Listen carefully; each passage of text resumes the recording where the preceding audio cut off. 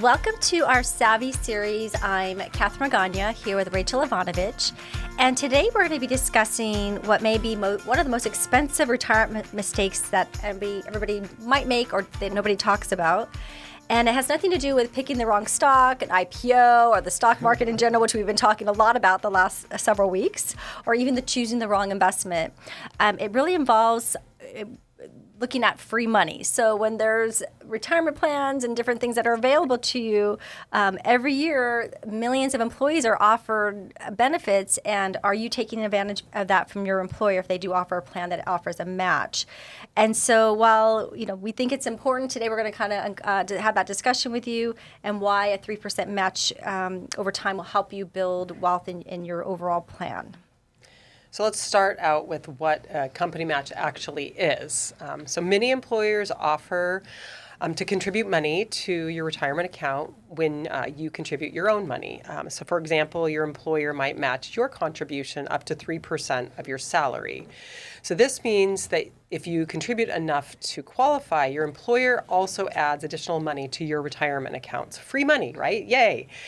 This is money that you didn't have to earn through additional work. It's part of your overall compensation package. Yet many employees never take advantage of this because a lot of people don't understand how this works. Some other people think they can't afford to contribute, and sometimes you just put it off.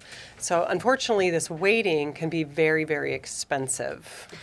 And so why a 3% match is much bigger than it sounds. So at first glance, you're thinking, oh, it's just 3%. It doesn't sound like too much. And once again, we're not saying just put 3%, but if that's what the match is, then you at least want to put 3% in. And so if you think about it, if you're putting 3% and your employer's putting in 3%, right off the bat, you're making 100% or you're getting a huge gain. And so there's a lot of money that potentially can get left on the table. And so I wanted to take a moment just kind of reflect on, for this year in 2026, what some of the contribution limits are. Now, once again, there are different types of retirement plans. There's 401ks, simple plans, 403bs, and a lot of different retirement plans. But for this particular series, we're going to talk about 401k plans. And so the limit for 2026 is $24,500 if you're under the age of 50. And if you're over the age of the 50, then there's an additional catch-up of $8,000, so that gets you up to $32,500. But then, wait, there's more. There's actually a super catch-up if your age is 60 to 63. And if that's the case, then you get the catch-up of $11,250 instead of the $8,000. And so your total can be $35,750. So once again, those are kind of some of the salary deferrals and some of the catch-ups.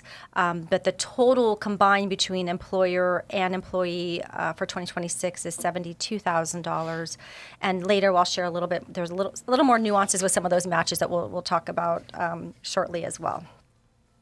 So I think it was Albert Einstein who said the eighth wonder of the world is compound interest. Oh, yes. I love that. Yeah. So let's talk about compounding. So this is where things get really interesting. So small contributions made consistently over decades can really become substantial retirement assets. And it's not because each contribution that you're making is enormous. It's because each contribution has time to grow.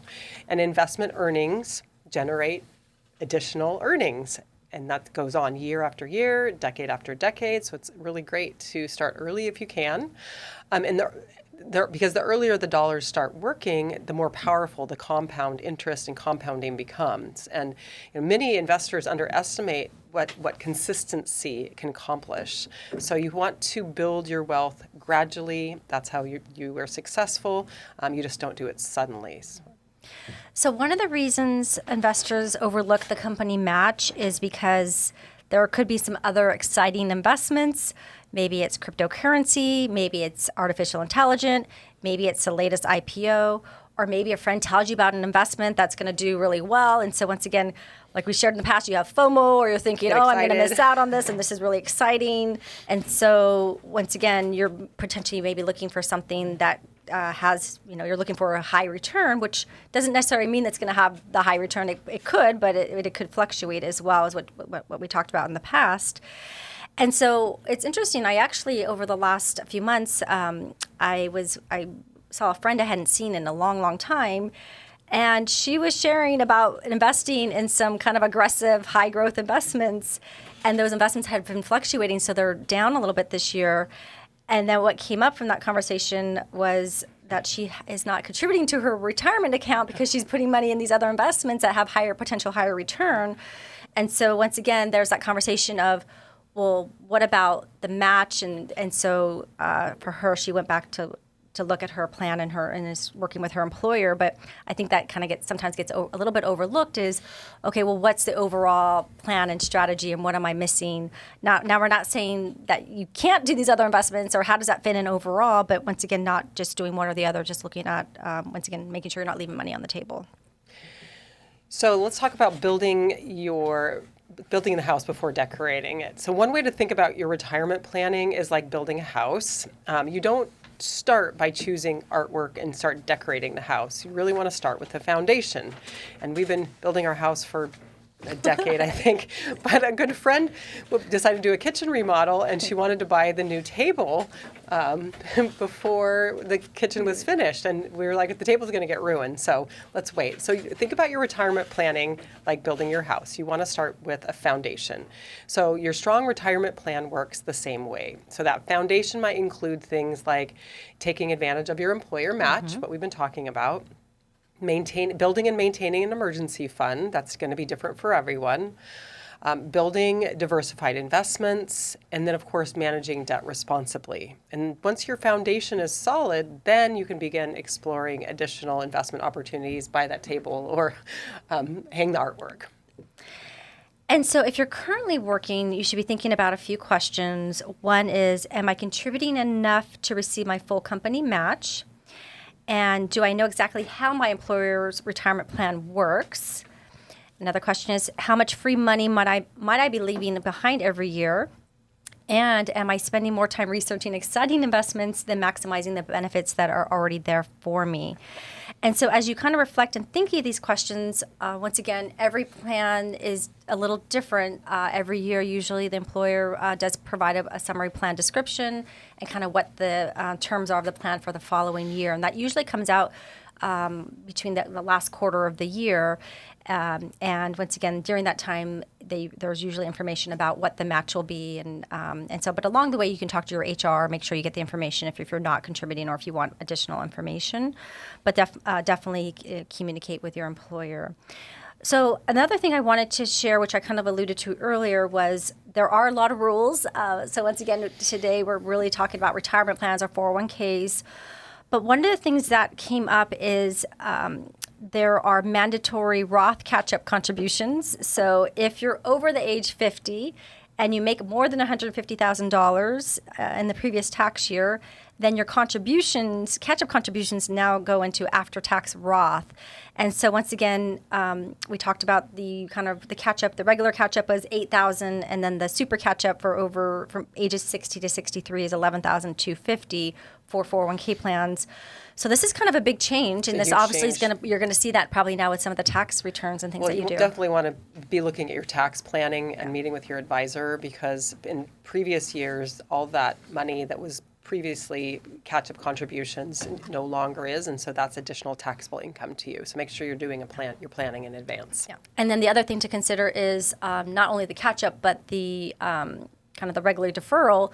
Is it pre-tax or after-tax, and what's best? Because I think sometimes that gets overlooked, or sometimes people think that they're doing one way, but they should be doing it another way. So, and once again, the plan has to allow for both options too. Exactly. So I know we talked a lot today about not, avoiding a mistake by not putting money in your retirement plans.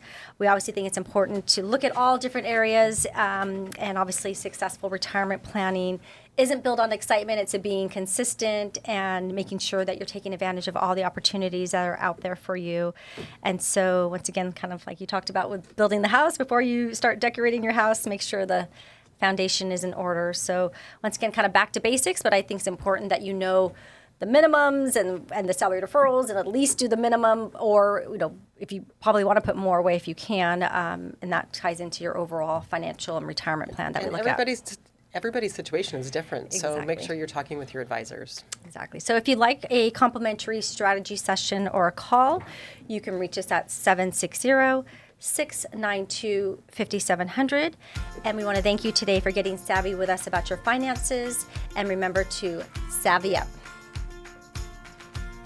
Please stay tuned for important disclosures. The opinions expressed in this program are for general informational purposes only and are not intended to provide specific advice or recommendations for any individual or any specific security. It is only intended to provide education about the financial industry. To determine which investments may be appropriate for you, consult your financial advisor prior to investing. Any past performance discussed during this program is no guarantee of future results, and the indices referenced for comparison are unmanaged and cannot be invested into directly. As always, please remember investing involves risk and possible loss of principal capital. Please seek advice from a licensed professional. Savvy Woman Wealth Management is a registered investment advisor with the SEC.